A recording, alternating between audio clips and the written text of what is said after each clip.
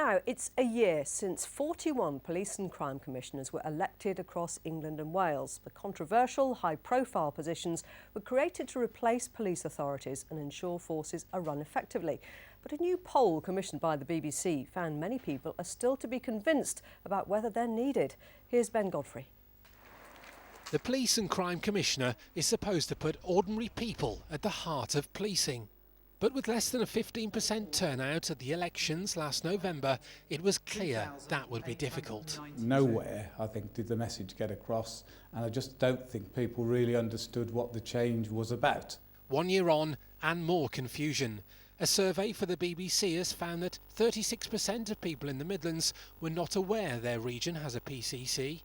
44% thought they'd had a positive impact on policing generally, while 54% said they'd had no impact on levels of crime. It's not been a success everywhere, but it's been a success in most places.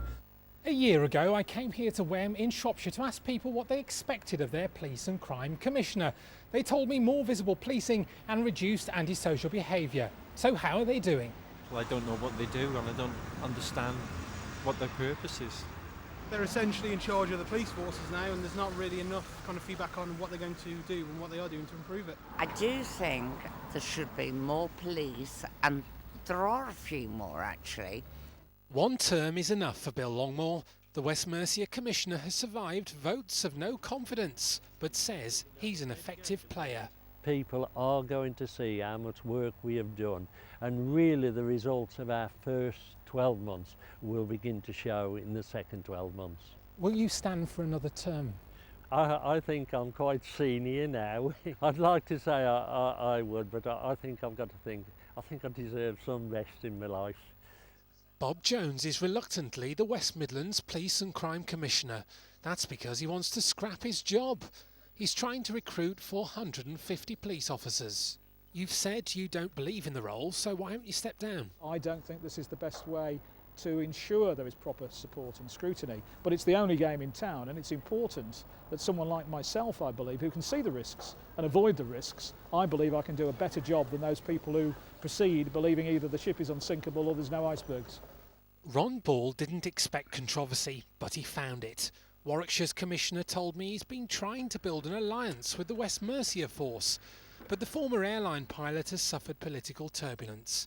He's on a collision course with the Home Secretary, who appeared to suggest he'd been too quick to defend local police forces caught up in the row over what was or wasn't said to officers in Downing Street by the Sutton Coldfield MP Andrew Mitchell. I just don't think that's acceptable, and I've written to the Home Secretary saying that under the circumstances I think I'm owed an apology for that. For Matthew Ellis, partnerships are helping to rehabilitate offenders in Staffordshire. I've done like a 6-week detox. The police have helped guide Adam Capewell away from burglary. They all shoplifted, they all smoked weed and stuff. The Commissioner wants to put more cash into changing the lifestyles of prolific offenders while working more closely with the probation service and voluntary groups. You've said that you'd like to invest more than £1 million in this project, yet your budget is just over £1 million in itself. So where does the money come from?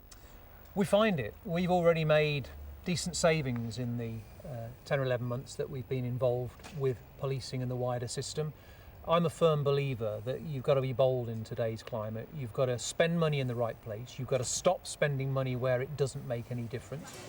1 year on, the PCCs still have a message to sell. So you're supportive of that then? Great stuff, thank you. And yes, they're even heading to the supermarket to win support, after a year in which politics and policing in the UK have collided spectacularly. Ben Godfrey, BBC Midlands Today.